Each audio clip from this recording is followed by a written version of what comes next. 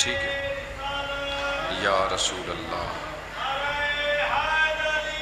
یا علی،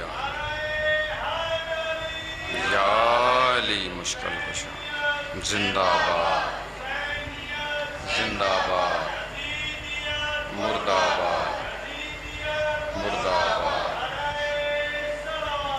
اللہم صلی علی محمد وآل محمد وعجل فرجهم.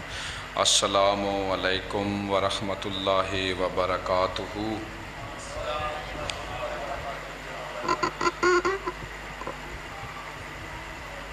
دسویں امام طیب و طاہر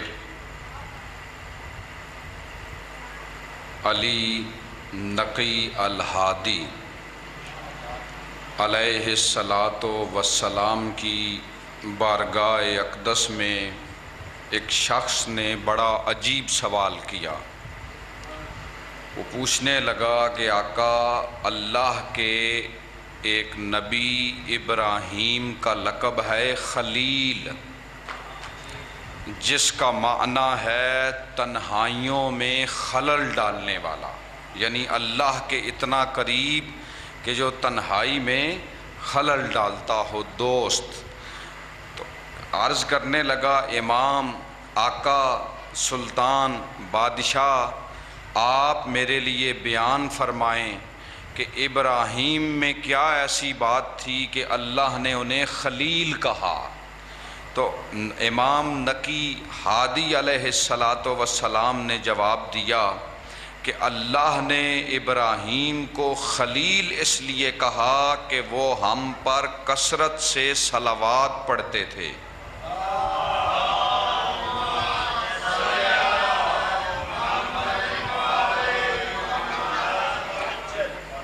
اپنی اپنی دعاؤں، حاجات، خواہشات اور بانی مجلس جن جن لوگوں نے جس جس انداز میں تعاون کیا، سب سے بڑا تعاون آپ لوگوں کا سننے کا ہے. آپ سب کی حوائج کی قبولیت کے لیے ایک دفعہ پھر بھی صلوات.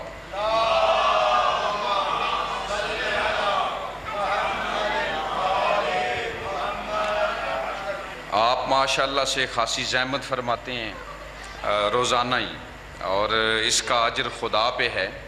ہر نیکی کا اجر بے شک خدا پہ ہے. اور افراد ہوں نہ ہوں، آئیں نہ آئیں، ہمارا کام ہے ہم اپنا فرض ادا کریں.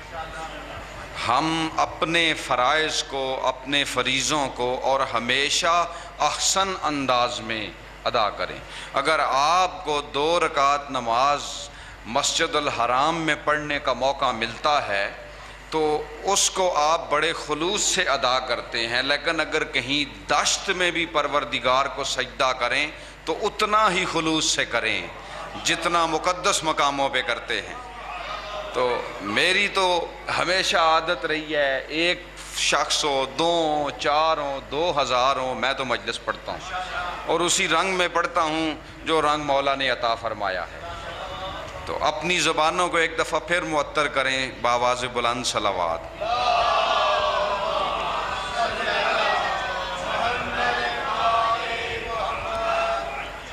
اعوذ باللہ السمیع العلیم من الشیطان اللعین الرجیم. بسم اللہ الرحمن الرحیم. الحمد للہ الذی نور قلوبنا بنور المصطفیٰ وشرفنا بولایت المرتضیٰ وطہر ارواحنا بعصمت الزہراء وسعدنا بسیادت المجتبیٰ وکرمنا بکرامت حسین ابا عبداللہ. الصلاۃ والسلام والتحیۃ والاکرام علی رسول معظم وعلی آلہ الذین اذھب اللہ عنہم الرجس وطہرہم تطہیرا۔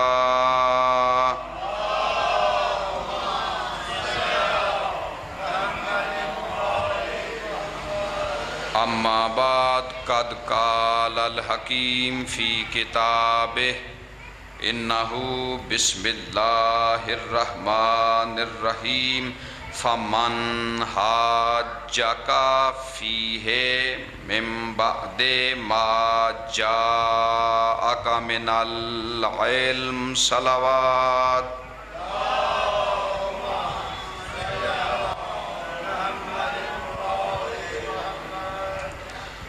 خالق اکبر نے ذوالجلال والاکرام پروردگار نے موجودات کے بلا شرکت شریک غیر خالق نے انسان کو تمام تر صفات کاملہ کے ساتھ تخلیق فرمایا اور اسے ان نعمات سے نوازا جو نعمات اس نے باقی مخلوقات کو نہیں عطا کیں، اور ان نعمات جو امتیازی ہیں ان میں سب سے بلند مرتبہ حاصل ہے عقل کو، بلند مرتبہ حاصل ہے صلاحیت نطق کو۔ اتنا کچھ عطا کرنے کے بعد اللہ نے انسان سے بس ایک ہی مطالبہ کیا، اور وہ مطالبہ انسان سے اس کے خالق کا یہ ہے کہ انسان بن کے رہو۔ ایک ہی مطالبہ، ایک ہی بات، اور وہ بات یہی کہ انسان بن کے رہو۔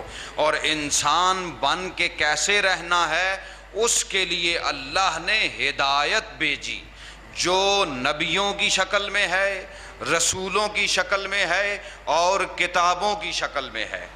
جو کتابیں اللہ نے نازل فرمائیں اور ان کا مقصد ہدایت انسان تھا، ان میں سے سب سے بلند اور افضل کتاب قرآن مجید قرار پایا، اور قرآن مجید کو اللہ نے مختلف القاب سے نوازا، مثلاً الکتاب، مثلاً کتاب مبین، مثلاً ذکر، جیسے انا نحن نزلنا الذکر وَإِنَّا لَهُ لَحَافِظُونَ، اور ایک بڑا ہی عجیب لقب، بڑا ہی راز سے بھرا ہوا لقب ہے کہ اللہ نے فرمایا فَمَنْ حَاجَّكَ فِيهِ مِن بَعْدِ مَا جَاءَكَ مِنَ الْعِلْمِ۔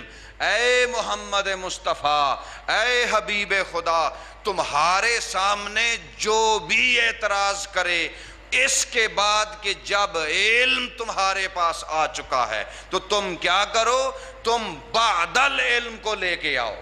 وہ علم کیا ہے، پچھلی 3 مجالس میں میں اسی ایک لفظ کی وضاحت میں لگاؤں۔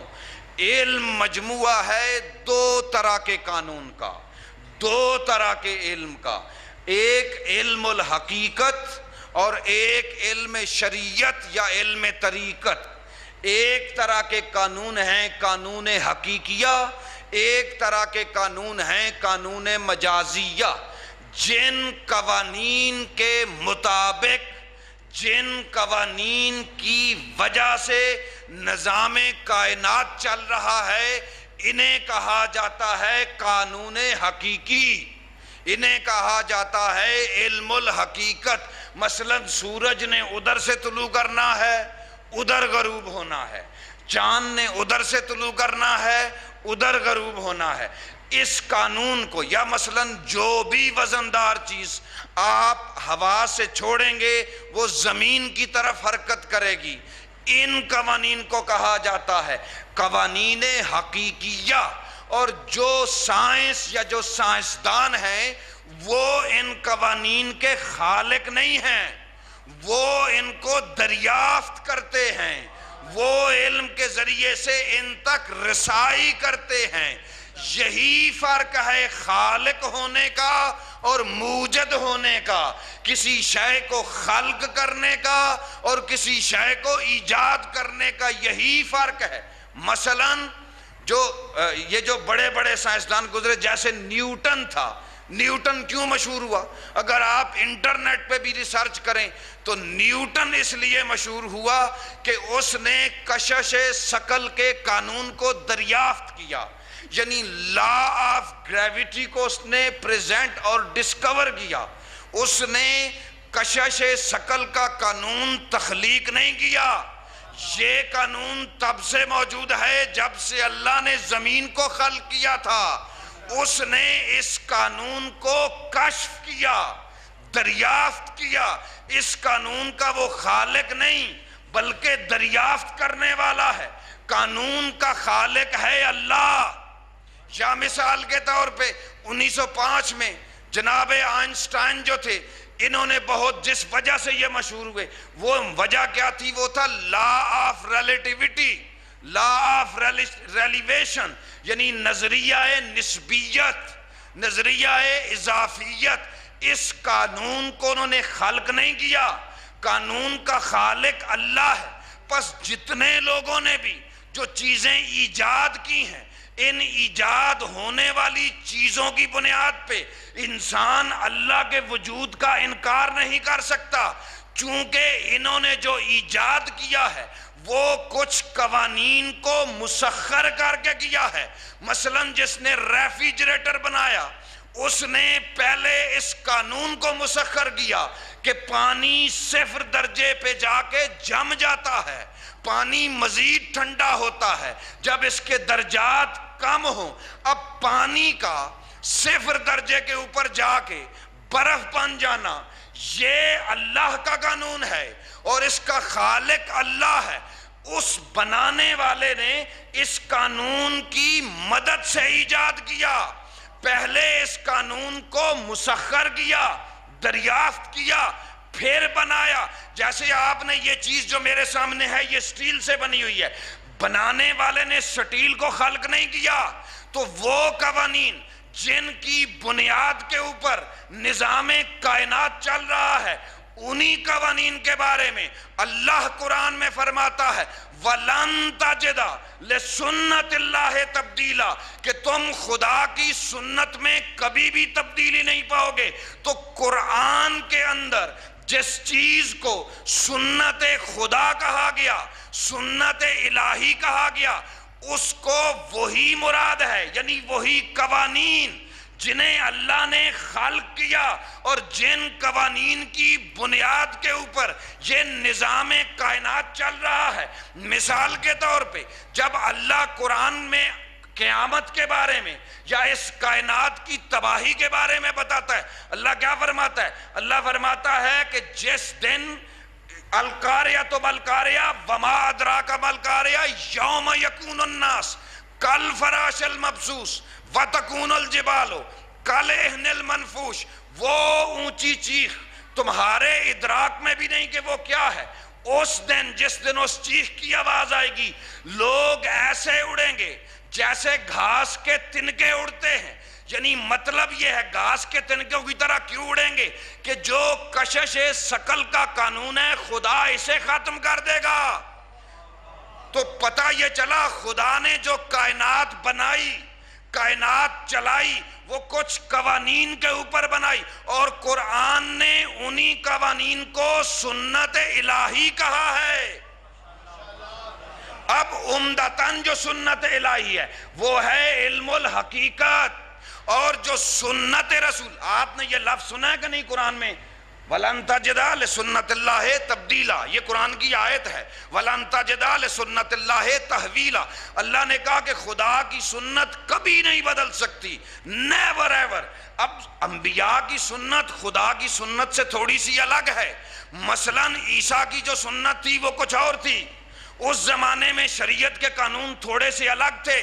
سب سے پہلی بات یہ تھی، اس زمانے کے لوگوں کے اوپر لا الہ الا اللہ محمد رسول اللہ واجب نہیں تھا، عیسیٰ روح اللہ واجب تھا۔ یہیں سے آپ فرق کو ملاحظہ کر لیں۔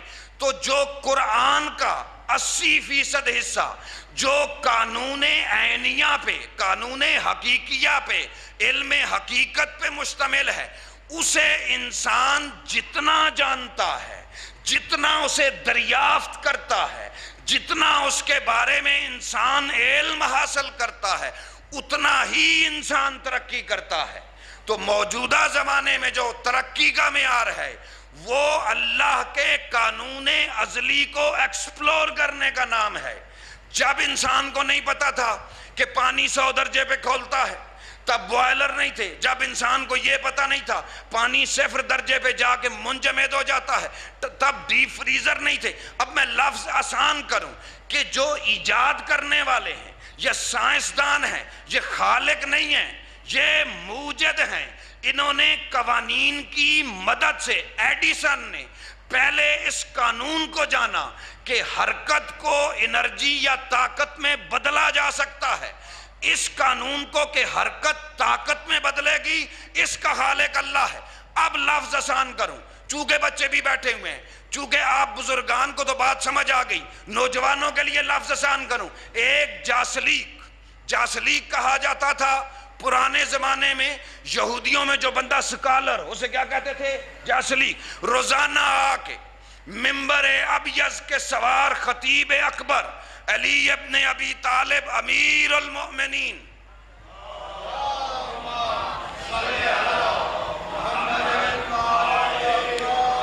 ان کا روزانہ خطبہ سنا کرتا تھا۔ اگر آپ علی کے خطبے سنیں تو آپ علی کے کلام میں آپ کو اللہ کے سوا کچھ ملے گا ہی نہیں۔ میں کوئی پریشان کرنے والی بات کر رہا ہوں؟ اگر آپ نہج البلاغہ پڑھیں، وہ روزانہ سنتا تھا، روزانہ علی ثابت کر رہے ہیں اللہ خالق ہے، اللہ مالک ہے، اللہ خالق ہے۔ یہ مسجد کے باہر کھڑا ہوتا تھا۔ اس نے کیا کیا؟ ایک تشت لیا اور گوشت کا ایک بڑا سا ٹکڑا لیا، اس نے اس گوشت کے ٹکڑے کو تشت میں رکھا اور اوپر ایک بالٹی، یہ جیسے آپ بالٹی کہتے ہیں، سطل جسے اپنی زبان میں آپ کہتے ہیں، اس کو الٹا کر دیا، یعنی بالٹی کی مدد سے اس نے گوشت کے بڑے ٹکڑے کو ڈھانپ دیا اور چند دن کے لیے چھوڑ دیا۔ اب نتیجہ کیا نکلا آپ ہی بتا دیں؟ گوشت میں کیا ہو گیا؟ کیڑے بڑھ گئے۔ اب اس نے وہ تشت اٹھایا اور مسجد کے باہر آ کے کھڑا ہو گیا۔ جب مولا علی نکلے، میرے نہیں اس کے الفاظ، اس نے کہا یا علی میں روزانہ تیری تقریریں سنتا ہوں، میں روزانہ تیرے خطبے سنتا ہوں، تو روزانہ یہ کہتا ہے کہ اللہ خالق ہے، اللہ تخلیق کرنے والا ہے، موجودات کو بنانے والا اللہ ہے، حیات کو طول دینے والا اللہ ہے، حیات کو تخلیق دینے والا اللہ ہے، ارض و سما کے درمیان جتنی بھی زندگیاں ہیں ان کا خالق اللہ ہے۔ یا علی دیکھ میں بھی خالق ہوں۔ مولا نے پوچھا وہ کیسے؟ اس نے وہ بالٹی اٹھائی، اس نے کہا یا علی یہ جو کیڑے تو دیکھ رہا ہے ان کا میں خالق ہوں۔ اب اگر آج کے زمانے کا یا کوئی مولوی ہوتا یا عام بندہ ہوتا، اس نے اعتراض کا جواب یہ دینا تھا کہ گوشت کا تو خالق نہیں، بالٹی کا تو خالق نہیں، وہ حرارت جس کی وجہ سے کیڑے پڑے ہیں اس کا تو خالق نہیں۔ لیکن معاملہ بڑا عجیب ہوا، سامنے کو مولوی نہیں باب العلم تھا۔ جب اس نے کہا نا یا علی دیکھ ان کا خالق میں ہوں، علی نے یہ نہیں کہا گوشت کا تو خالق نہیں، حرارت کا تو خالق نہیں، لوہے کا تو خالق نہیں، اس بالٹی اور تشت کا تو خالق نہیں۔ علی نے پوچھا تو خالق ہے؟ جاسلیق نے جی ہاں کہا، جی ہاں میں ہی ان کا خالق ہوں۔ پھر علی نے کہا اگر تو ان کا خالق ہے تو بتا ان میں نر کتنے ہیں، مادہ کتنے ہیں؟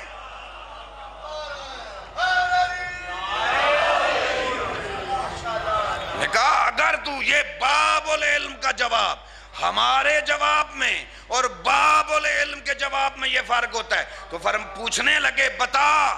اس نے کہا یا علی میں تو نہیں بتا سکتا۔ اب یہ بھی جاسلیق تھا ایول جینیس، اس نے کہا یا علی تو بتا سکتا ہے، یا علی توجہ میری طرف، یا علی تو بتا سکتا ہے۔ مولا نے حکم دیا نر ادھر ہو گئے مادہ ادھر ہو گئے۔ اب اس نے حیران ہو کے کہا یا علی پھر تو ان کا خالق ہے؟ تو نے دلیل مانگی تھی کہ نر اور مادہ الگ الگ کر کے بتا، یا بتا کتنے ہیں؟ تو نے آواز دی یہ الگ ہو گئے۔ تو مولا نے فرمایا میں ان کا خالق نہیں، ان کا خالق بھی اللہ ہے۔ پھر اس نے کہا یا علی میں نے تجھ سے بڑا عالم نہیں دیکھا۔ تو مولا نے فرمایا کائنات میں مجھ سے بڑا عالم بھی میرے آقا محمد مصطفیٰ ہیں۔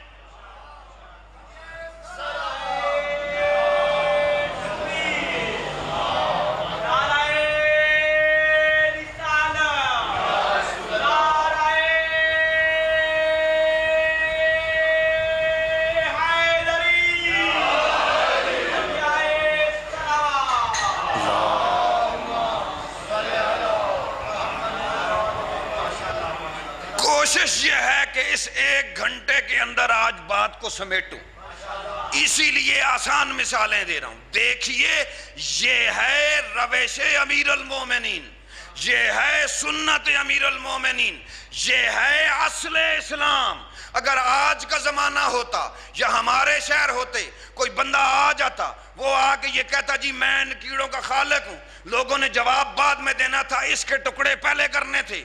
توہین کے نام پہ، اسلام میں توہین کے نام پہ مارنے والی سنت نبی اور آل نبی کی نہیں ہے۔ میں اور لفظ آسان کروں، کسی زمانے کی بات ہے، مسلمان مسجد کے باہر کھڑے تھے، نہیں پہنچی بات، میں اس سے زیادہ آسان نہیں کر سکتا۔ مسلمان مسجد کے باہر کھڑے تھے اور آپس میں کچھ بات چیت کر رہے تھے، اتنے میں ایک یہودی آ گیا۔ اس یہودی نے کہا جی تم مسلمان ہو؟ جی ہاں ہم مسلمان ہیں۔ کس کو مانتے ہو؟ جی قرآن کو مانتے ہیں، اللہ کو مانتے ہیں، نبی کو مانتے ہیں، آیتوں کو مانتے ہیں، رسولوں کو مانتے ہیں۔ اچھا تمہارے قرآن میں ایک بات لکھی ہے ان اللہ علی کل شیء قدیر، اللہ ہر چیز پہ قادر ہے، تمہارے اللہ کے پاس سب کچھ ہے؟ جی ہاں سب کچھ ہے۔ یہودی نے کہا ایک ایسی چیز ہے جو اللہ کے پاس نہیں۔ یہودی نے کیا کہا؟ ایک ایسی چیز ہے جو اللہ کے پاس نہیں۔ انہوں نے کہا لا حول ولا قوت، تم نے قرآن کی توہین کر دی، تم نے اللہ کی توہین کر دی، تم نے اسلام کی توہین کر دی۔ اب انہوں نے، یہودی نے کہا میں قسم کھا کے کہتا ہوں بے رب موسیٰ، میں موسیٰ کے رب کی قسم کھاتا ہوں کہ ایک چیز ہے جو اللہ کے پاس نہیں۔ جب اس نے اصرار کیا، ان لوگوں نے ایک نے اسے ایک بازو سے پکڑا، دوسرے نے قتل کرنے لگے تھے، مارنے لگے تھے۔ یہ شروع ہو گئے استغفر اللہ، نعوذ باللہ، توہین خدا، توہین قرآن، توہین اسلام۔ بس یہ بھی اس کو مارنے کے در پہ تھے کہ یہاں اچانک مسجد کے دروازے سے علم کا دروازہ نکلا۔ جیسے ہی مولا علی علیہ السلام پاس آئے، دور ذرا سخت ہے میں مزید وضاحت نہیں کرتا، جیسے ہی نے کہا چھوڑو اس کو، نے کہا یا علی یہ تو توہین کر رہا ہے قرآن کی، یہ تو اللہ کی توہین کر رہا ہے۔ جی کیسے کر رہا ہے؟ یا علی یہ تو کہہ رہا ہے ایک ایسی چیز ہے جو اللہ کے پاس نہیں۔ مولا نے فرمایا یہ ٹھیک ہی تو کہہ رہا ہے، جاہل و جہالت اللہ کے پاس نہیں۔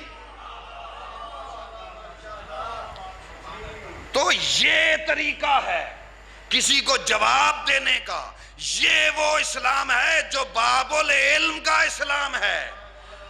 کیا مولا علی کے پاس ذوالفقار نہیں تھی؟ کیا وہ یہودی کو نہیں مار سکتے تھے؟ کیا وہ جسلی کو شہر بھی مسلمانوں کا تھا؟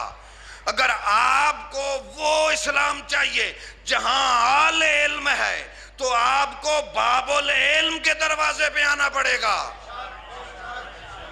یہ پیغام دینا چاہتا ہوں۔ پھر جو کل میں نے بات کی اور میں نے ادھوری چھوڑ دی کہ آل علم مجموعہ قوانین ہے، اس میں سے کچھ قانون ہیں شریعت کے، کچھ قانون ہیں مثال کے یہ عینی یا واقعی جنہیں آپ سائنسز کہتے ہیں۔ یہ 2 طرح کا مجموعہ ہے قرآن۔ اب سوال یہ پیدا ہوتا ہے جب اس میں یہ سارے قوانین لکھے ہوئے ہیں تو جیسے آپ کوئی کتاب پڑھتے ہیں مثال کے طور پہ، اس میں ساری باتیں ایک ترتیب سے لکھی ہوئی ہوتی ہیں اور پورا مفصل لکھا ہوا ہوتا ہے۔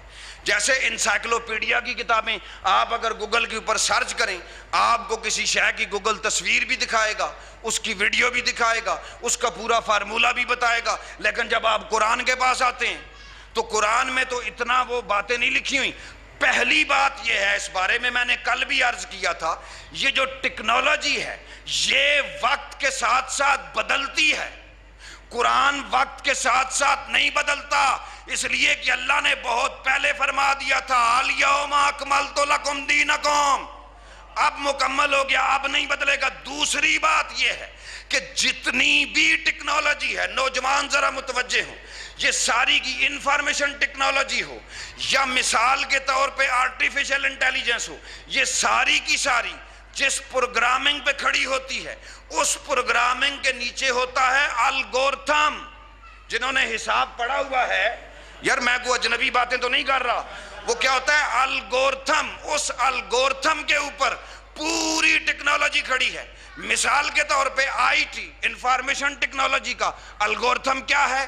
0 1 0 1 0 1، پتہ ہے نا، آپ نے دیکھا ہوگا تصویروں میں 1 0 0 پھر آگے 1 پھر 0 پھر 1. 0 کا مطلب عدم، 1 کا مطلب وجود.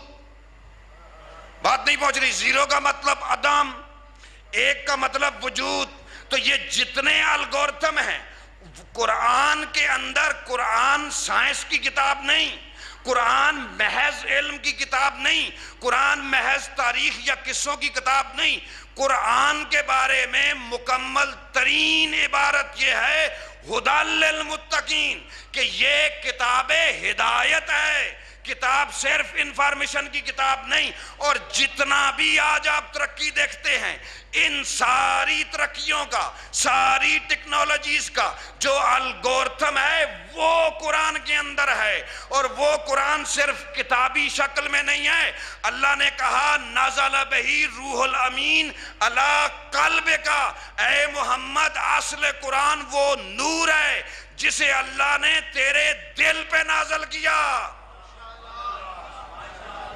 میں نے آپ کو مثال دی تھی کہ اگر آپ کے پاس بینک کا کارڈ ہے، وہ کوئی یہ نہ ہو کہ کل وہ ویڈیو بن رہی ہے، کوئی بندہ یہ کہہ دے جی مولوی صاحب نے کہہ دیا کہ جو قرآن موجود ہے وہ نقل ہے. نقل سے مراد کیا ہے؟ اگر آپ کے پاس بینک کا کارڈ موجود ہے، آپ فوٹو سٹیٹ والے کے پاس جائیے، اسے کہیں کہ اس کی فوٹو سٹیٹ نکال دو، وہ آپ کو نکال دے گا. اب آپ لے آئیں، جو آپ کے اصل کارڈ پہ لکھا ہے وہی بے عین ہی وہی فوٹو سٹیٹ پہ لکھا ہوا ہے. لیکن اگر آپ فوٹو سٹیٹ والا کاغذ ATM میں ڈالیں گے تو تھوڑی دیر بعد پولیس آ جائے گی جی، جب تک آپ اصل نہیں ڈالیں گے. تو یہ جو مسجد میں قرآن رکھا ہوا ہے یہ اس اصل قرآن کی نقل ہے. وہ اصل قرآن ہے قلب نبی پہ، اور نبی فرما گئے انا مدینۃ العلم وعلی بابھا، وہ علم میرے پاس ہے اور میرے بعد اگر چاہیے ہو تو علی کے پاس جانا. علی سے ہوتا ہوا وہ علم آج ہے آقا امام زمانہ کے پاس، رسول کے آخری بیٹے امام مہدی علیہ السلام کے پاس. اور اگر یقین نہ آئے تو قرآن مجید میں یہ درج ہے تنزل الملائکۃ والروح فیہا، کہ یہ قدر کی رات میں ملائکہ نازل ہوتے ہیں، تھے نہیں اب بھی نازل ہوتے ہیں. تو آج دنیا میں ایسا کون ہے جس پہ اللہ ملائکہ کو نازل کرے؟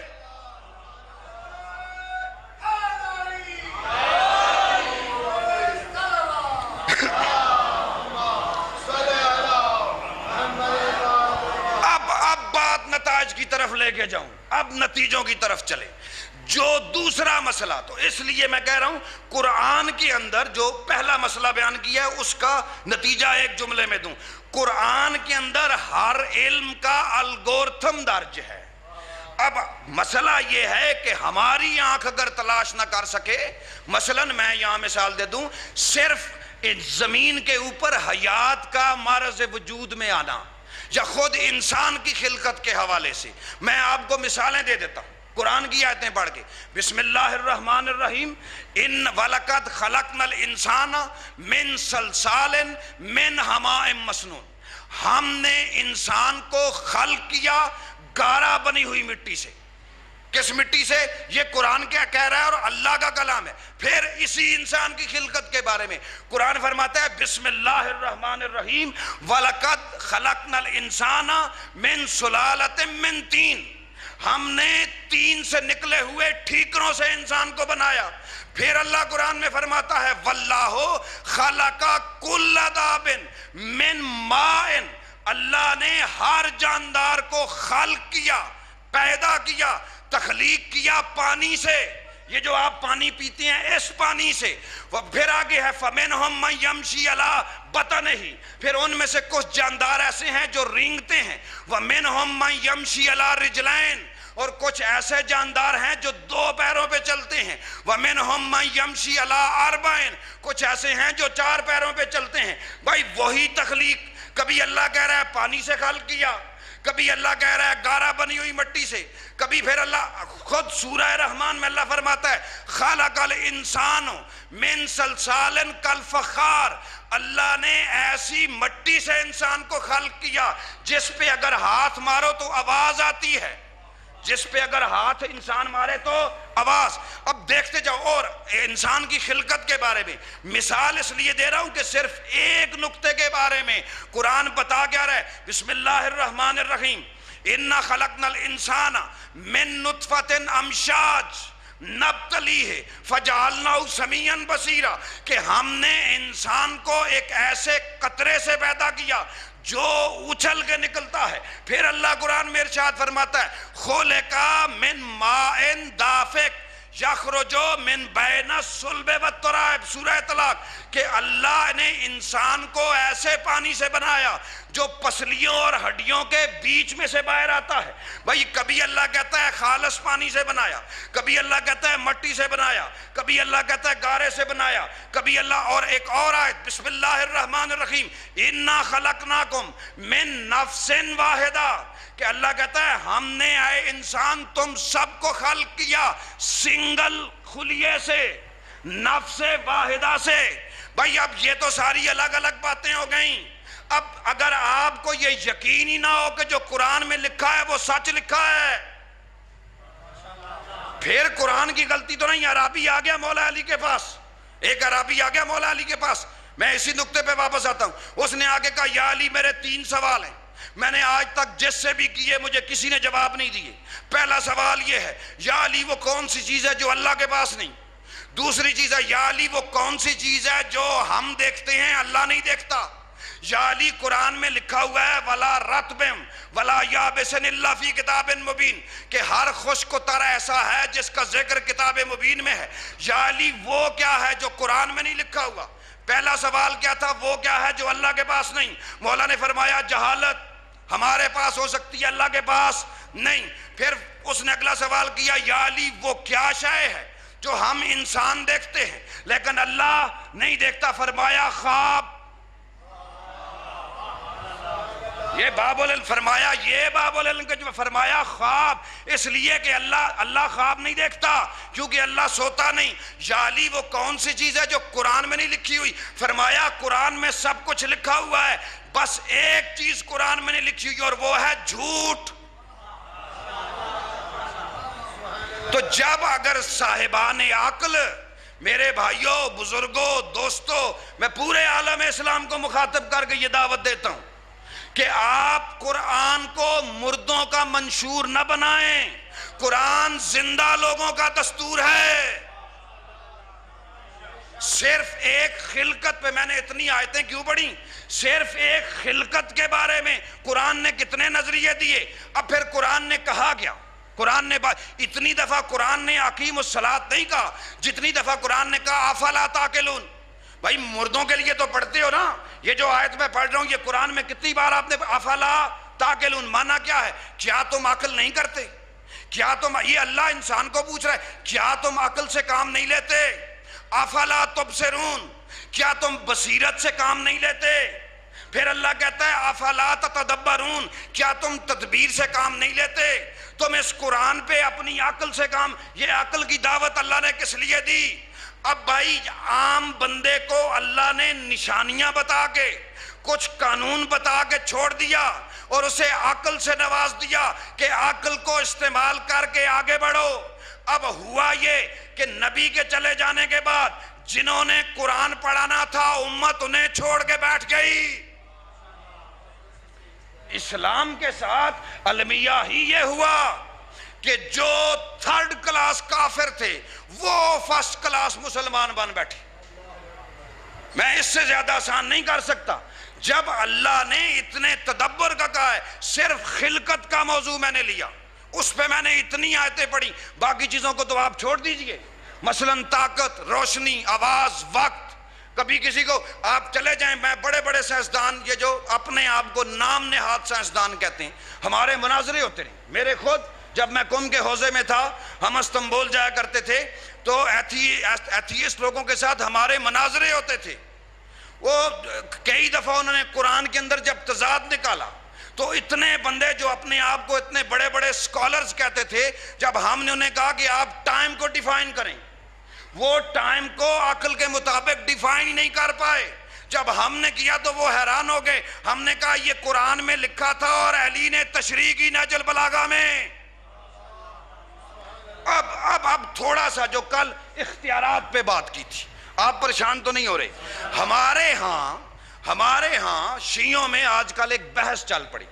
وہ بحث یہ ہے کہ کیا ائمہ کے پاس ولایت تکوینی ہے یا نہیں، ولایت تشریعی ہے یا نہیں، کیا جو اللہ کے اختیار ہیں وہی اللہ نے ائمہ کو دے دیے، یا اللہ کے اختیار الگ ہیں، یا اللہ کے پاس پہلے اختیار تھے پھر اللہ نے اماموں کو دے دیے. بھائی یہ ساری باتیں باطل ہیں.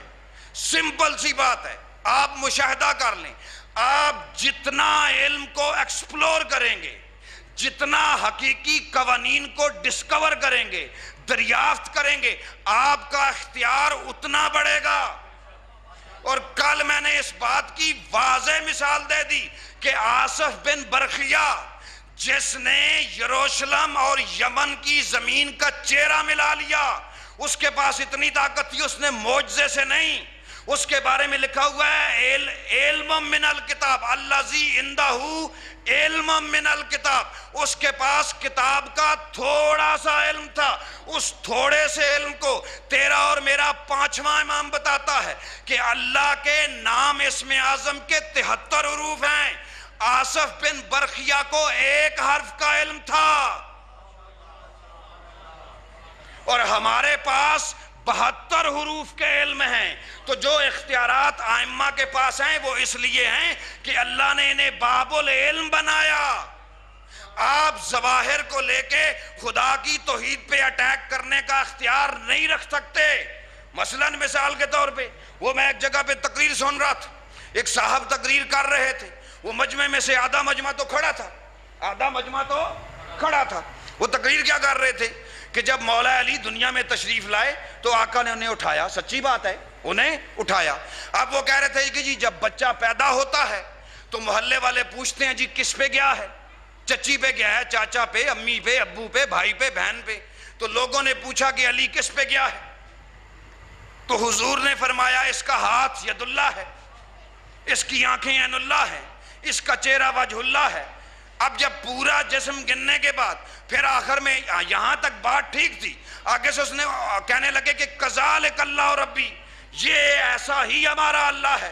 نعوذ باللہ من ذالک، نعوذ باللہ. بھائی یہ باتیں درست ہیں کہ علی اللہ کا ہاتھ ہیں، علی اللہ کا چہرہ ہیں، علی اللہ کی زبان ہیں، علی اللہ کی آنکھیں ہیں، علی اللہ کا دل ہیں، علی اللہ کا روح ہیں. لیکن ان کا مطلب کیا ہے؟ ان کا مطلب وہ نہیں جو تم نکال کے بیٹھے ہوئے ہو. اگر ان کا مطلب جاننا ہو، کوئی بندہ آ گیا اس نے کہا یا علی میں اپنے رب کو کیسے پہچانوں؟ مولا نے فرمایا من عرف نفسہ فقد عرف ربہ، پہلے اپنے آپ کو پہچان، تجھے رب کی پہچان ہو جائے گی. تو عین اللہ کا وہ مطلب نہیں جو دنیا نکال کے بیٹھی ہوئی ہے. اپنے آپ کو دیکھو، سمجھ آ جائے گی. بھائی یہ میرا ہاتھ ہے، اگر میں چاہوں کہ اس کو میں میز پہ رکھوں تو میں اسے یہ نہیں کہتا کہ میز پہ چلا جا. میں یہاں سے سوچتا ہوں، ارادہ کرتا ہوں، یہاں سے یہ میز پہ چلا جاتا ہے. اگر میں اپنے ہاتھ کو کہوں، ہاتھ کو حکم کون دیتا ہے؟ دماغ. پیروں کو حکم کون دیتا ہے؟ دماغ. آنکھوں کو حکم کون دیتا ہے؟ دماغ. کانوں کو حکم کون دیتا ہے؟ دماغ. بھائی اگر میرا یہ ہاتھ، اگر میں ایسے جب حکم دینا چاہوں، میں کہوں بلند ہو جا، تو کیسے میں کہتا ہوں بلند ہو جا؟ نہیں، میں سوچتا ہوں یہ بلند ہو جاتا ہے. تو علی ید اللہ ہے. اس کا یہ مطلب نہیں کہ جو اللہ کا ہاتھ وہی علی کا ہاتھ، یا اللہ کے وجود کا علی حصہ ہے. اس کا مطلب یہ ہے کہ علی اللہ کے اتنے قریب ہے جتنے ہماری مرضی کے قریب میرا ہاتھ ہے. وہاں اللہ سوچتا ہے، علی کو کہنا نہیں پڑتا، اور یہاں علی حرکت میں آ جاتا ہے.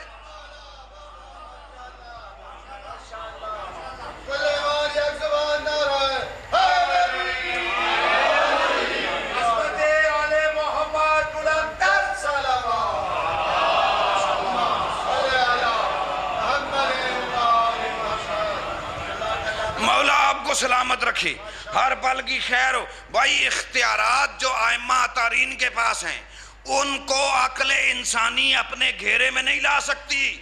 اگر ایک حرف کی وجہ سے آصف برخیہ پلک جھپکنے میں تخت بلقیس کو ہزاروں کلومیٹر دور لے جا سکتا ہے، تو 72 حرف ہو جن کے پاس اسم اعظم کے وہ کیا نہیں کر سکتے؟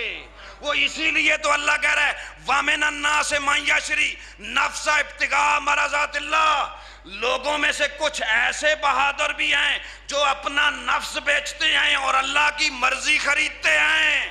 مرضی خریدنے کا مطلب یہ ہے کہ یا علی آج کے بعد جو تیری مرضی وہی اللہ کی مرضی۔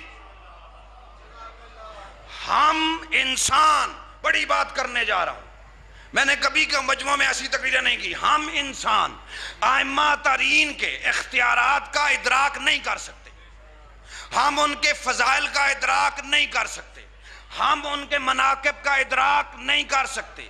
متفق علیہ حدیث ہے، مولا نے رسول اللہ نے فرمایا مولا علی کو مخاطب کر کے یا علی اگر تمام درختوں کو قلم بنا لیا جائے اور سمندروں کو سیاہی بنا لی جائے اور دنیا کے تمام انسان اور جن مل کے زمین کے سینے پہ تیرے فضائل لکھنے لگیں تو تیری ایک فضیلت تو کیا اس کی خوشبو نہیں لکھ پائیں گے؟ ہم ان کی معرفت نہیں کر سکتے۔ وہ کسی نے رسول اللہ سے پوچھا یا رسول اللہ اللہ کی معرفت کیا ہے؟ فرمایا تم اللہ کو جان سکتے ہو، پہچان نہیں سکتے۔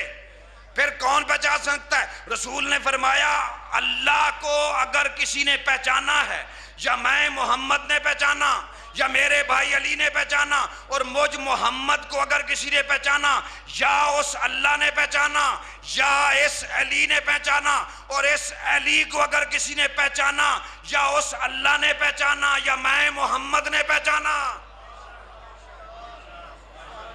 لیکن اپنی ناقص عقل کے مطابق، بڑی بات کرنے جا رہا ہوں، اپنی ناقص عقل کے مطابق، ہماری سوچ کے مطابق ہمارے 12 ائمہ ترین یا آل محمد کی سب سے بڑی فضیلت کیا ہے؟ وہ سب سے بڑی فضیلت یہ ہے کہ اللہ بستر پہ سونے کے بعد کہہ رہا ہے وَمِنَ النَّاسِ مَن يَشْرِي نَفْسَ ابْتِغَاءَ مَرْضَاتِ اللَّهِ، آج کے بعد تیری مرضیاں ہماری مرضیاں۔ یہ باپ کو کہہ رہا ہے اور بیٹے کو کہہ رہا ہے یا ایتھا النفس المطمئنہ ارجعی الی ربک راضیۃ مرضیہ، اللہ ویسے راضی ہے جیسے حسین تو راضی ہے۔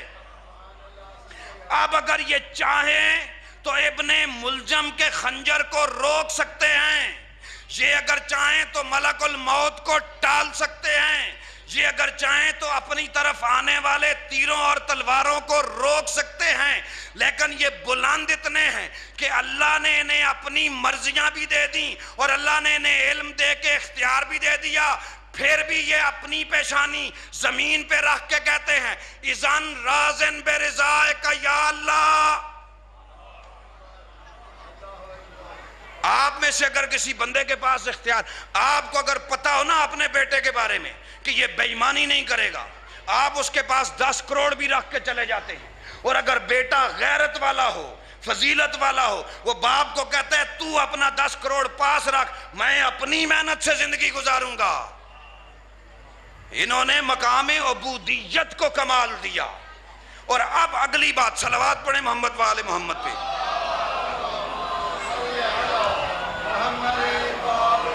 بھائی سوال یہ ہے، اب دعوت فکر کی طرف جا رہا ہوں کہ اتنے دن، یہ چوتھا دن ہے، میں نے محنت اتنی کی کیوں؟ میں نے اتنی محنت کی کس کے لیے؟ اب دعوت فکر دینے جا رہا ہوں۔ اللہ نے جو قرآن میں کہا فَمَنْ حَاجَّكَ فِيهِ مِن بَعْدِ مَا جَاءَكَ مِنَ الْعِلْمِ، کہ جب تمہارے پاس العلم آ جائے اس کے بعد بھی جو اعتراض کرے تو تم ان سے کیا کہو؟ یہ نہ کہو کہ تم کافر ہوگے، یہ نہ کہو کہ تم غلط ہوگے، یہ نہ کہو کہ تم ختم ہوگے، تمہارا ایمان فاسد ہو گیا، بلکہ ٹھیک ہے وہ اہل علم کا انکار کر رہے ہیں، وہ قرآن کا انکار کر رہے ہیں، تم ان سے کیا کہو؟ فقول، ان سے کہو تعالو ندعو ابنانا و ابناکم و نسانا و نساکم و انفسنا و انفسکم، اے محمد مصطفیٰ پھر تم ان کے سامنے وارثان علم کو لے کے جاؤ۔ پتہ چلا کہ تنہا اہل علم کافی نہیں ہے، بلکہ اس اہل علم کی تشریح کے لیے، اس اہل علم کی وضاحت کے لیے وہ قرآن کے اندر جو بند نکتے ہیں، جو ہر علم کا سرچشمہ ہیں، جو ہر سائنس کا سرچشمہ ہیں، ان کی تشریح کے لیے بعد العلم کی ضرورت ہے۔ اور وہ بعد العلم وہ آنکھ ہے جس کے بارے میں نے کل کہا تھا۔ ایک بندہ آ گیا، اس نے آگے 5ویں امام سے کہا مولا یہ آپ کے قرآن میں جو لکھا ہوا ہے ہمارے پاس کہ ہر خشک و تر کا ذکر قرآن میں موجود ہے، مولا میں تو قرآن پڑھتا ہوں، بہت ساری چیزوں کا ذکر موجود نہیں۔ تو سرکار کیا کھا رہے تھے؟ کھجور۔ سرکار نے کھجور تناول کی، گٹھلی اس کے سامنے کی، پوچھا تو کیا دیکھ رہا ہے؟ اس نے کہا جی میں کھجور کی گٹھلی دیکھ رہا ہوں۔ سرکار نے فرمایا غور سے دیکھ، سوچ فکر کر۔ کافی دیر فکر کرنے کے بعد اس نے کہا سرکار میں آپ کے ہاتھ میں کھجور کا درخت بھی دیکھ رہا ہوں، ٹہنیاں بھی دیکھ رہا ہوں، جڑیں بھی دیکھ رہا ہوں، کئی اور کھجوریں بھی دیکھ رہا ہوں۔ تو جو قرآن میں اعل علم ہے وہ ہے بیج، اور یہ جو دنیا میں علم ہے وہ ہیں اس بیج کے پھل، اور اس بیج سے یہ پھل کیسے نکالنے ہیں اس کا نسخہ جسے آتا ہو اسے باب العلم کہا جاتا ہے۔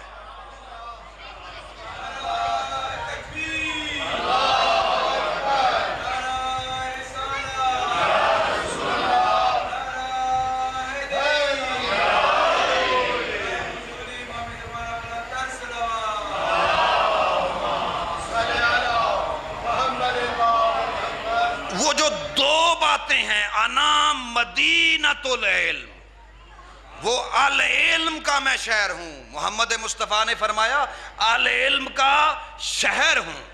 کائنات میں ان سے زیادہ علم کسی کے پاس نہیں تھا، کسی اور بندے کے پاس اتنا علم نہیں تھا۔ میں قرآن سے دلیل دے دیتا ہوں، قرآن سے دلیل۔ آخری نقطہ میرا، پھر دو جو نتیجے میں نے نکالنے ہیں، اور نتیجے سن کے انشاءاللہ آپ کو لطف آئے گا۔ میری 4 دن کی محنت اور آپ کی 4 دن کے سننے کی محنت، میری 4 دن پڑھنے کی محنت آج کنارے لگے گی۔ وہ اس علم کے بارے میں قرآن کیا فرماتا ہے؟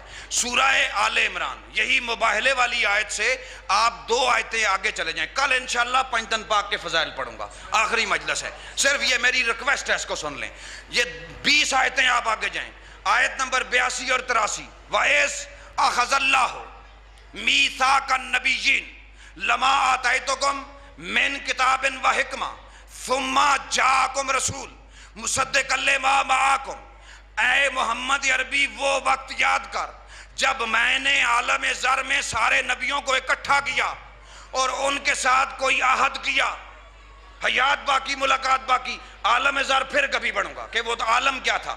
اللہ کہتا ہے اے نبی وہ وقت یاد کر جب تو عینی گواہ تھا اور سارے نبیوں کا اجتماع تھا، میں نے نبیوں کے ساتھ کوئی میثاق کیا۔ وَإِذْ أَخَذَ اللَّهُ مِيثَاقَ النَّبِيِّينَ، وہ میثاق کیا تھا؟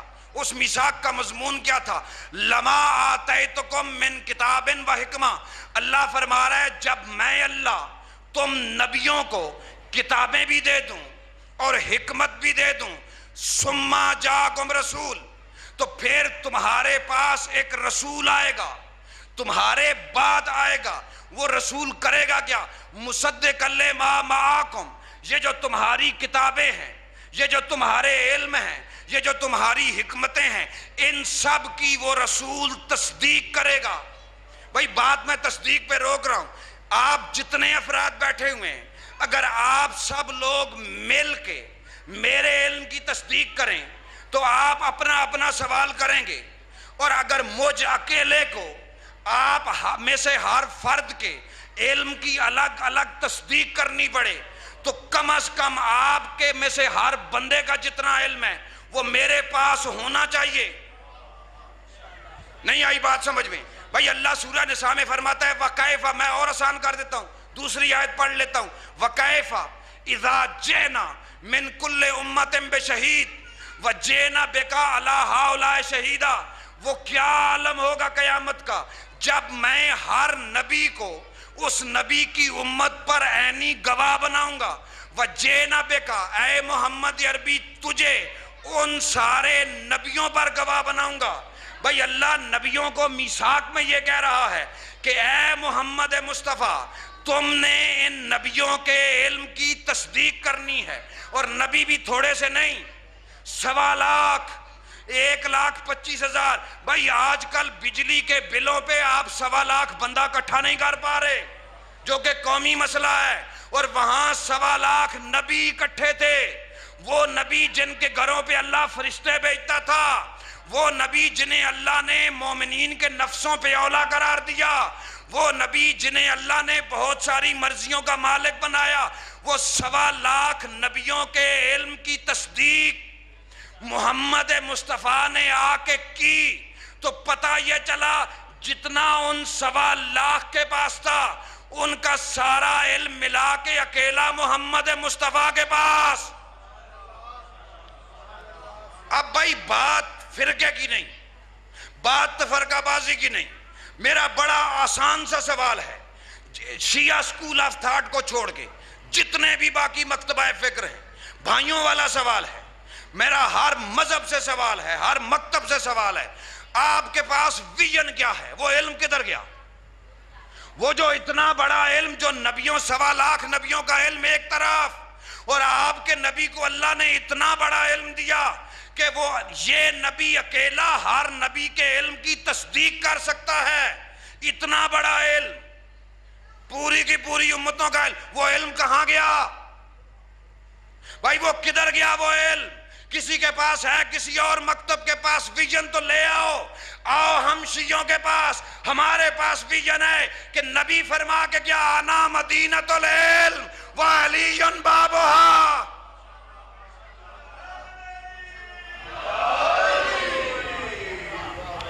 میں اس ویژن، جو قرآن میں جو ویژن لکھا ہوا ہے کہ محمد مصطفیٰ سارے نبیوں کے، اور آخر میں یہ بھی لکھا ہوا ہے کہ اگر کسی نبی نے فمن تولا بعد ذالک فاولئک هم الفاسقون، کہ اگر کسی نبی نے اس پیمان کو توڑ دیا تو وہ نبی نہیں، فاولئک هم الفاسقون، وہ نعوذ باللہ فاسق ہو جائے گا.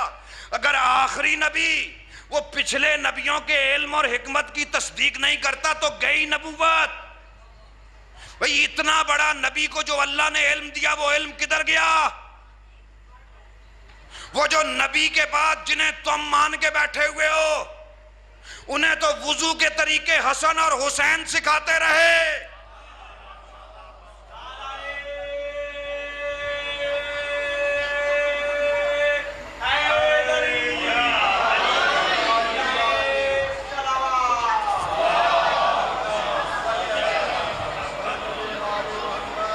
یہ جو میں پچھلے 4 دن سے علم یہ جو حضور کے علم کے بارے میں، قرآن کے علم کے بارے میں بتا رہا ہوں، آج ہم کیوں ذلیل ہیں مسلمان؟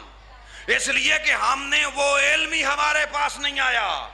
وہ پچھلی امتوں نے خدا جانے ایسی ایسی بلڈنگیں بنائی، آپ آج بھی دیکھ لیں موجود ہیں، وہ موسیٰ کے زمانے کی، یوسف کے زمانے کی، وہ اتنی ترقی کر چکے تھے، اور وہ علم انہوں نے نبیوں سے لیا تھا. ہمارے نبی کے پاس ان نبیوں کے علم سے بھی زیادہ. آپ کیا ویژن دیں گے؟ وہ علم کہاں چلا گیا؟ آج جو اسلام پہ اعتراض ہوتا ہے کہ مسلمان علم میں پیچھے ہیں، وہ پیچھے ہیں تو ٹیکنالوجی ان سے مانگتے ہیں، پیچھے ہیں تو سائنس وہاں سے خریدتے ہیں. ہم پیچھے ہیں تو ہم موبائل آج ان ملکوں کے استعمال کرتے ہیں جو ہمیں موبائل بیچ کے ہمارا ہی پیسہ ہمارے ہی بھائیوں کو مارنے پہ لگا رہے ہیں. یہ ہم پیچھے کیوں رہ گئے؟ اس لیے کہ جس کا ہاتھ پکڑ پکڑ کے بتاتا رہا یہ باب العلم ہے، یہ باب العلم ہے، ہم نے اسے چھوڑ دیا. یہ ذلت ہم سے ہوئی. تو اسلام بنیادی طور پہ 2 طرح کا اسلام ہے، کوئی 72-73 فرقہ نہیں. میں دوسرا نتیجہ نکالنے لگا ہوں. پریشان تو نہیں ہیں آپ؟ پریشان تو نہیں ہیں آپ لوگ؟ ایک صلوات پڑھیں محمد وآل محمد. دوسرا نتیجہ بھائی آج دیکھیں، میں آپ کو بتاؤں، وہ ویژن علم کا وہ شیعوں کے پاس موجود ہے. آپ ہمارے پاس آئیں، قرآن میں خلقت، میں ایک ادنا سا طالب علم ہوں، علماء کو تو چھوڑ دیں. 19 سال 7 مہینے میں نے مدرسہ پڑھا ہے، 19 سال 7 مہینے، اور میں ناقص العلم ہوں، انتہائی حقیر انسان ہوں، عاجز انسان ہوں. آپ اپنے شہر کا پروفیسر لے آئیں، جس سائنس کا مرضی لے آئیں، میں نے وہ سائنس نہیں پڑھی ہوئی، لیکن میں نے قرآن پڑھا ہوا ہے.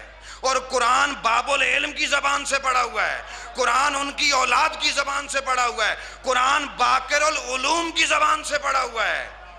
یہ برکتیں تب آئی ہیں، یہ آپ بات کو سمجھے۔ وہ ویژن شیعوں کے پاس ہے، وہ علم والا ویژن، چاہے وہ علم حقیقی ہو یا علم طریقت، وہ علم الحقائق ہو یا علم شریعت، اس کے علمبردار ہم ہیں۔ فخر ہے ہمیں اس بات کے اوپر۔ اور دوسری طرف سے کوئی 73 فرقے نہیں، 2 طرح کا اسلام۔ نبی کے جانے کے بعد اسلام تقسیم ہوا، کیسے؟ آج تک میں آج آپ کو بتا دیتا ہوں۔ ایک وہ اسلام جس اسلام کو لوگوں نے اپنے مفاد کے لیے ڈھال بنایا، اور ایک وہ اسلام جس کے برے وقت میں امام اس اسلام کی ڈھال بنے۔ بڑی مہربانی، آپ کو بات پہنچ گئی۔ میں مثال دے دیتا ہوں، آپ لوگوں کو جلدی تو نہیں ہے 2-4 منٹ اوپر جاؤں، میں مثال دیتا ہوں ڈھال بنانا کیا ہوتا ہے۔ میں مثال دیتا ہوں دنیا کیوں اسلام پہ اعتراض کر رہی ہے۔ وہ مثال آپ یہاں راول پنڈی کے کسی بڑے کمرشل ایریے میں، اگر آپ صاحب اقتدار ہیں، صاحب طاقت ہیں، پیسے والے ہیں، قانون آپ کے ہاتھ میں، آپ کسی بندے کی جگہ غصب کر لیں، 1-2 کنال جگہ غصب کر لیں، اس کے اوپر قبضہ کر لیں زبردستی، اور ایک 10-12 منزلہ کا پلازہ بنا دیں، اور پلازے کے نیچے والی منزل کے کونے پہ 4-5 مرلے کی خوبصورت سی مسجد بنا دیں۔ اب جب بعد میں لوگ کہیں یا قانون یا عدالت کہے یا کسی طریقے سے بندے قبضہ چھڑائیں، قانون آ جائے، پولیس یا آپ لوگ خود جائیں، بھائی ہم اس پلازے کو گراتے ہیں، یہ ناجائز جگہ پہ بنا ہوا ہے، تو لوگوں نے وہاں پہ آپ کو یہ کہہ کے تماشا کھڑا کر دینا ہے کہ جی ادھر تو مسجد ہے، نعوذ باللہ آپ مسجد اللہ کے گھر کو گرا رہے ہیں۔ بھائی یہ جو مسجد بنائی گئی ہے، یہ مسجد مال حرام کی ڈھال کی جگہ پہ لائی گئی ہے۔ تو اسلام 2 طرح کا ہے۔ جب خلیفوں نے، سلطانوں نے، بادشاہوں نے جب ان کی اپنی کرسی پہ وقت آیا، انہوں نے اپنی کرسی کو بچانے کے لیے نعرے بلند کیے کہ جی اسلام خطرے میں ہے، انہوں نے اپنی کرسیوں کے آگے اسلام رکھا، اور باطل نے جب حملہ ان پہ کیا یا ان کی کرسیوں پہ کیا، انہوں نے جب اسلام کو آگے رکھا، اسلام زخمی ہو گیا۔ یہ وہی زخمی اسلام ہے جسے پڑھ کے لوگ توہین کے نام پہ گلے کاٹتے ہیں۔ میں اس سے زیادہ آسان نہیں کر سکتا۔ یہ وہی زخمی اسلام جس کے نام پہ لوگ توہین کے نام پہ لوگوں کو سڑکوں پہ آگ لگا رہے ہیں۔ آؤ ہمارے پاس اماموں والا اسلام ہے۔ جب اسلام پہ برا وقت آیا تو حسین نے اپنے جسم کو آگے کیا، نتیجہ یہ نکلا حسین اور حسین کا گھر زخمی ہو گئے، اسلام حسین ہمیں بچا کے دے گیا۔ ہمارے شیعوں کا ویژن وہ امن والا اسلام ہے۔ انشاءاللہ وہ وقت آئے گا۔ آج جو اسلامو فوبیا، یہ آپ بحث سنتے ہیں نا، نوجوان جو میرے بھائی بیٹھے ہو، اسلامو فوبیا کیا ہے؟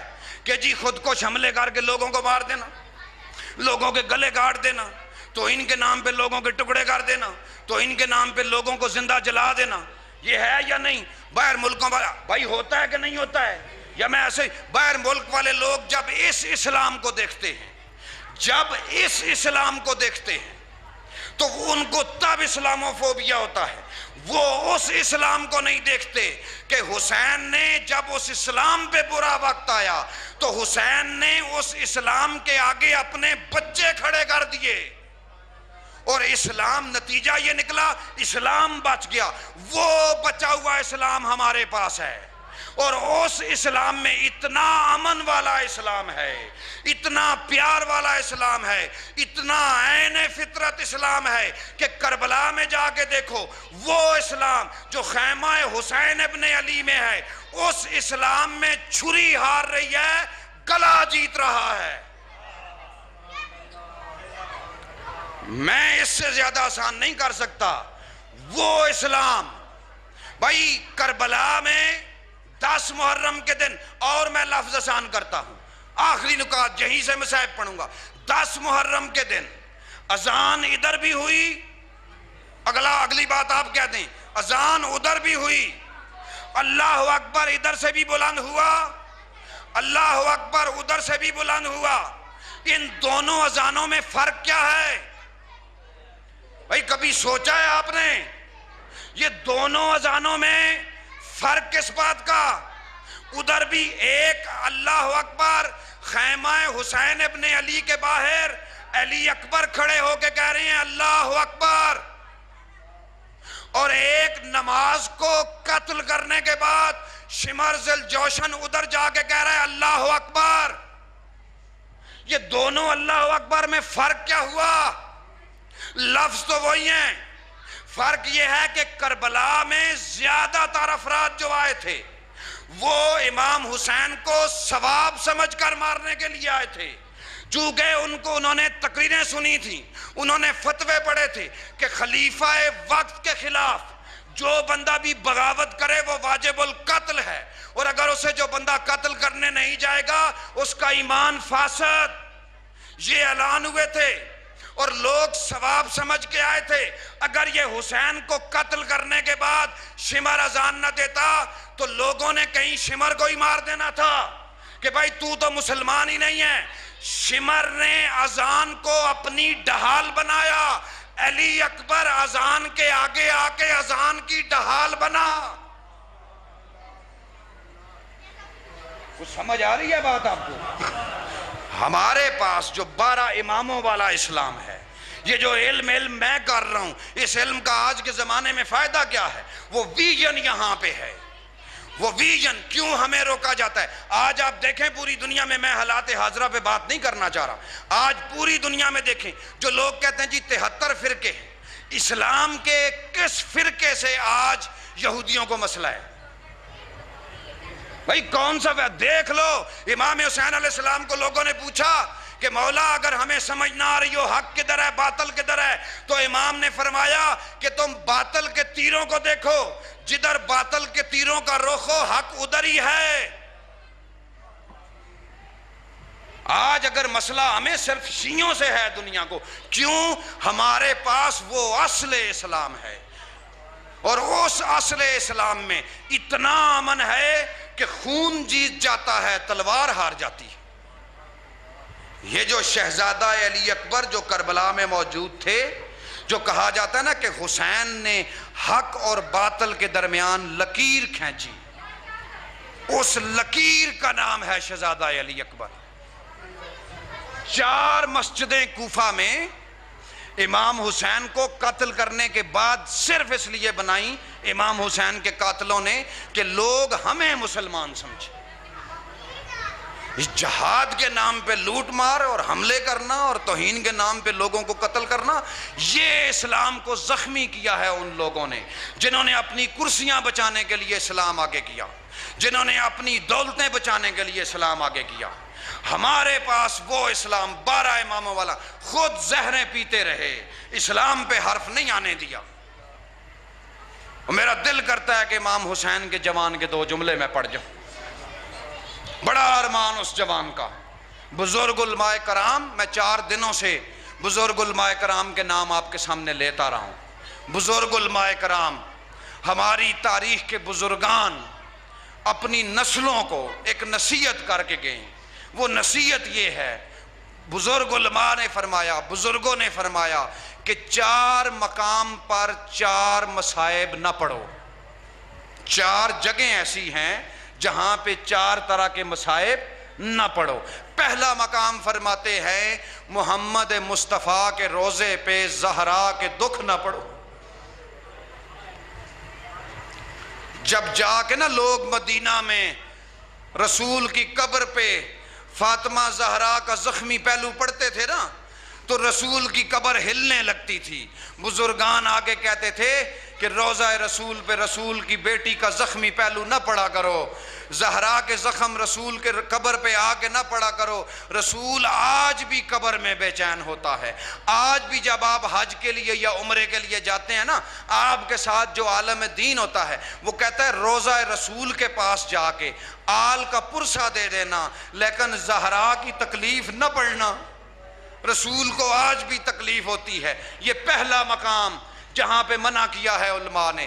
دوسرا مقام فرماتے ہیں کہ علی کے روزے پہ شام کی قیدن کا مصائب نہ پڑا کرو۔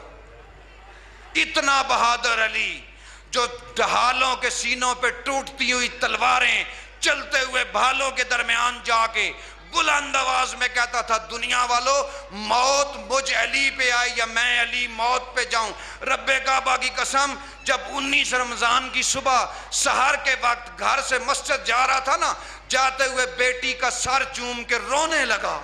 اتنا اونچا رویا, اتنا بہادر علی. آج بھی روزہ امیر المومنین پہ زینب عالیہ کا نہ کوئی دربار پڑتا ہے نہ کوئی بازار پڑتا ہے.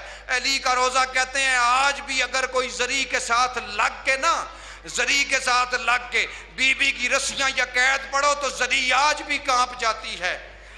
تیسرا مقام جہاں پہ منع کیا گیا ہے روزہ حضرت ابوالفضل العباس غازی کے روزے پہ علماء کہتے ہیں کہ سکینہ کی قید نہ پڑھو, سکینہ کا زندان نہ پڑھو, عباس سے برداشت نہیں ہوتا.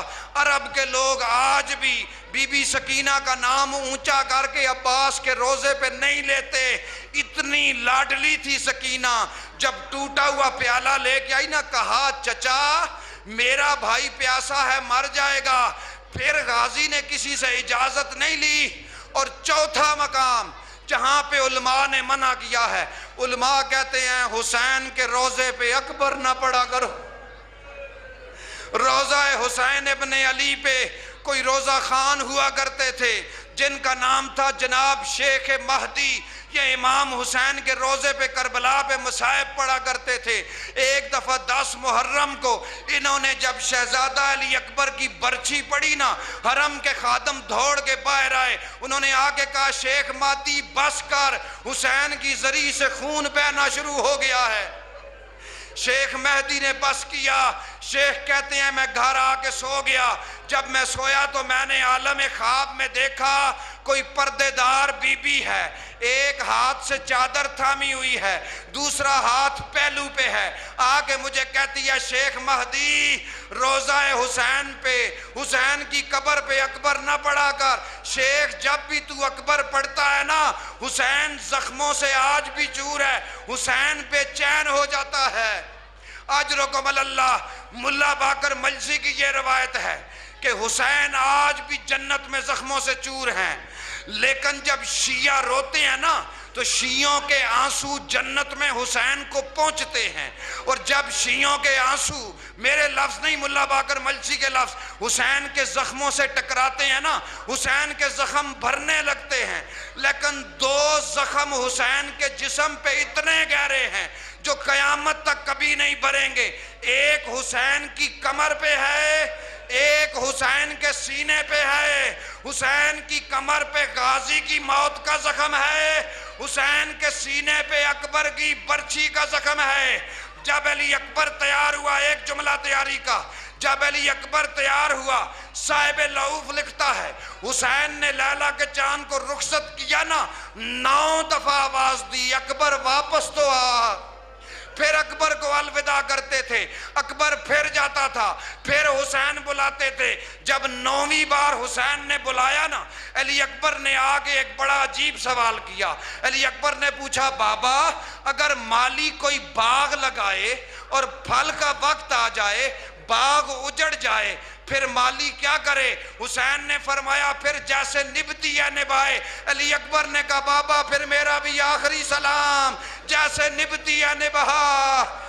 اجرکم اللہ لا لعنت اللہ القوم الظالمین وسیعلم الذین منقلبن ایہم منقلبون.